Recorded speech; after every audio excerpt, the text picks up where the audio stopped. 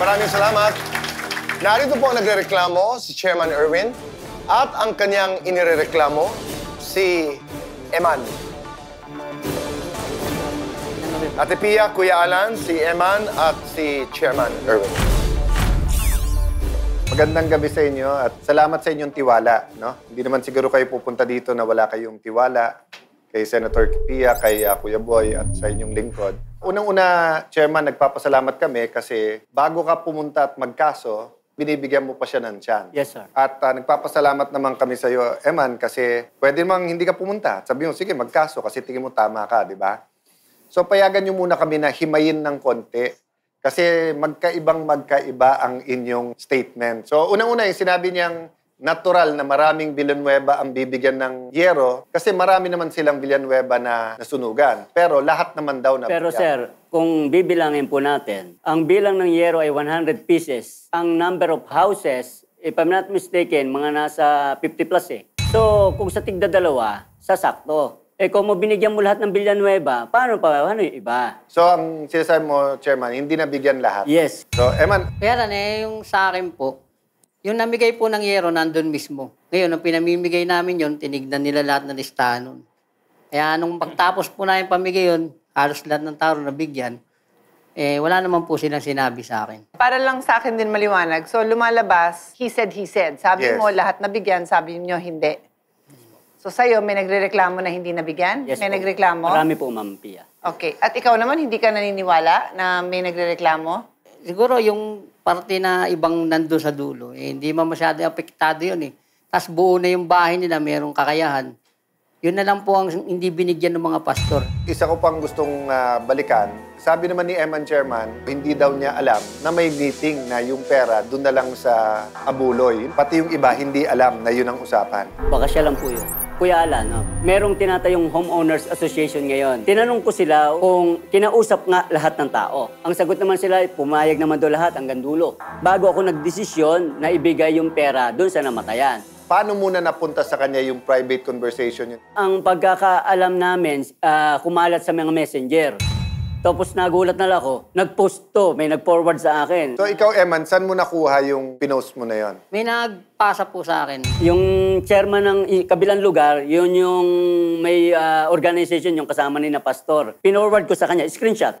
Pinorward mo rin yung Yes po. screenshot Yes nyo po. para patunayan sa kanila na... Ito yung decision namin, ito yung pinag-usapan namin. So hindi ka sigurado kung Kung sino, ang nagkalat. Pero nireklamo mo sa kanya dahil Sa nilagay social niya media. sa social media, it's just the posting o pati yung comment niya. kasama po yung caption niya na hindi magagandang salita. Ano yung paliwanag? Bakit mo sinabing most at saka abusive? No? Ang sabi ko po, huwag mo ibibigay sa mga taga-Papilon lahat ng kikitain mo sa kung magkano mga concert.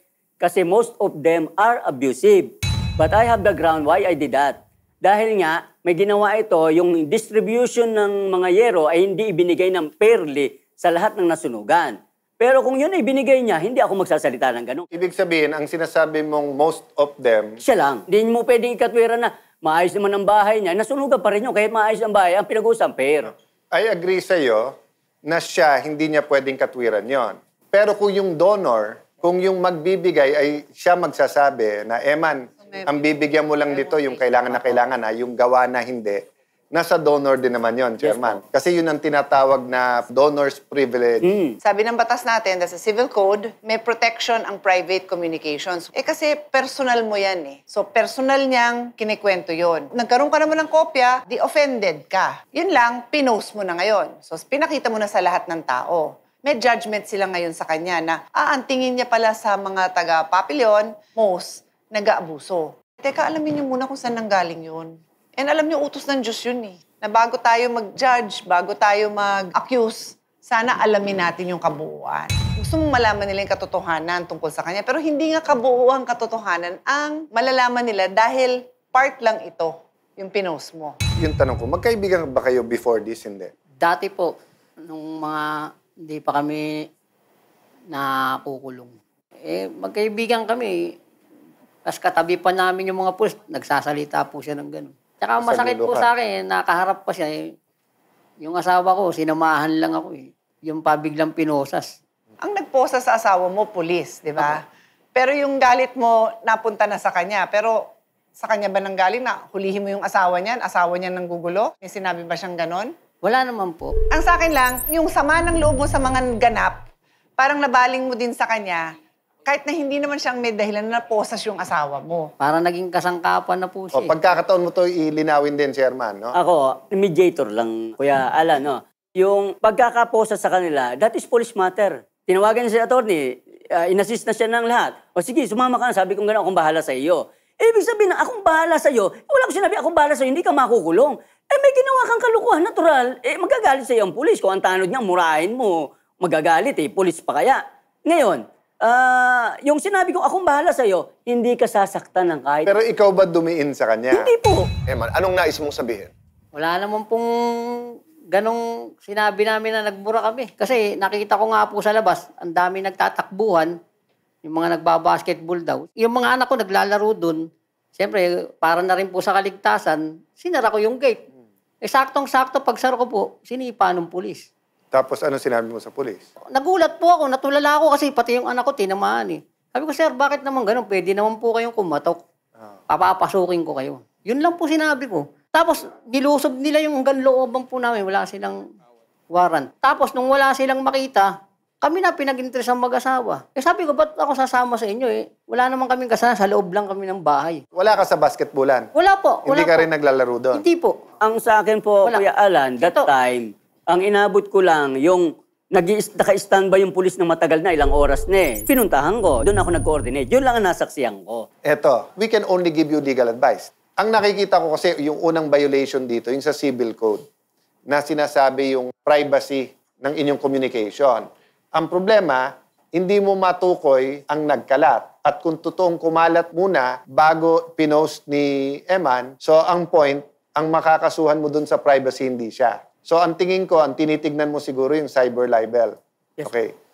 Cyber libel, sa isang banda kasi, basta't nag-post ka ng malicious at meron kang ini-impute na Crime. pwedeng crime, pwedeng defect, status, no? Yan po ay cyber libel. Libel, 'di ba, pag sinulat mo, tinext mo, and then pag sa social media, cyber libel. Pero may sinasabi din kasi ang Supreme Court, pagka ikaw ay may katungkulan o ikaw ay celebrity, basta any reasonable ground na ang buhay mo hindi private, no? So in this case, pagiging chairman mo nung purok. Pero that doesn't take it away from you to argue, hindi pagiging balat sibuyas to, reputasyon to. So meaning it can go either way in the criminal. And even if matalo ka sa criminal, meaning sabihin, huwag kang balat sibuyas, meron pang civil yan. Kasi pwede ka rin mag-claim ng damages kasi nasira reputation mo. Ate, you wanna say something Siguro first? bago kayo magbigay ng pinal din yun na salita, may isi-share ako na kwento. Si Daddy Al, Kuya Boy, interestingly, may nakalaban yata sa congressional seat, no? Away talaga. And then alam niyo, after the campaign, naging best friend niya. Hanggang sa namatay ang tatay ko, katabi niya. And tinuturing ko siyang pangalawang ama, si Tito Jimmy. Possible. Kasi sa totoo lang, pareho silang matinong tao.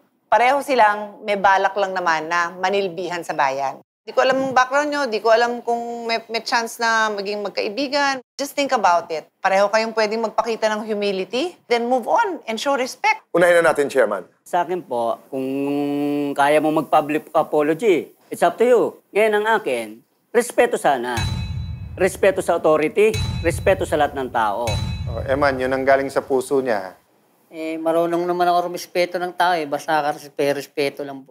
Ang masakit kasi sa akin, nung paglabas namin ng kulungan, marami pa nagsumbong sa akin na pinagkakalat pa nito na lumalaban daw kami sa pulis kaya kami kinulong.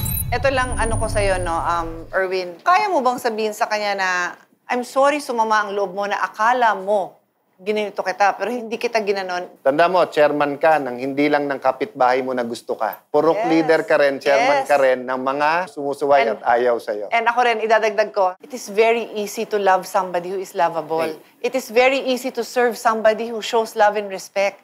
That is our Okay. challenge. To serve those who Yes, ma'am. are very hard to serve. I understand. So I will do this not as a leader, but as a human. Ako, pasensya ka na ha. Bilang magkaibigan, tinulungan kita. Humingi ako ng pasensya sa iyo kung nagkaganon yung buhay mo, pero hindi namin yung kasalanan. Huwag mo isisi sa amin. I wish you understand. Eman, ikaw, anong dating sa'yo? bilang pagtatapos? Yung naging kaso namin, acquitted kami. Ano ba kinaso sa inyo? Yung obstruction of Opo, saka justice. may isa pa po nailapit na rin po namin sa krami, nakasuhan din po sila ng unlawful arrest. So yun yung hugot niya, Chairman. Na, kumbaga, dapat pinagtanggol kami nung leader namin kasi naagrabyado kami.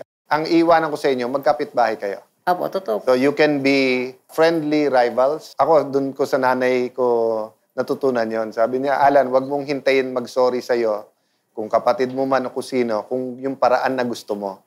Kasi ang tao, iba-iba ang paraan ng pagsabing pasensya na. At papasalamat ako sa inyo, hindi naging violent. Mag-election tayo, pwede mag-escalate yan. So sana nakatulong ang show to de-escalate and pag-isipan yung pareho yung narinig nyo from each other. Maraming salamat sa inyong panahon at sa inyong tiwala sa programa.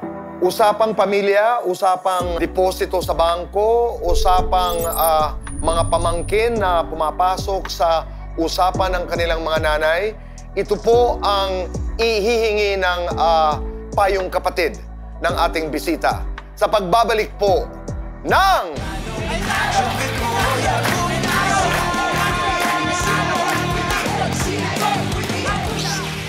Kahit walang pagkakasundong naganap sa pagitan ni Purok Chairman Erwin at Emmanuel, pinasasalamatan ng Cayetano in Action with Boy Abunda ang paglalahad ng kani-kanilang saloobin sa naging issue.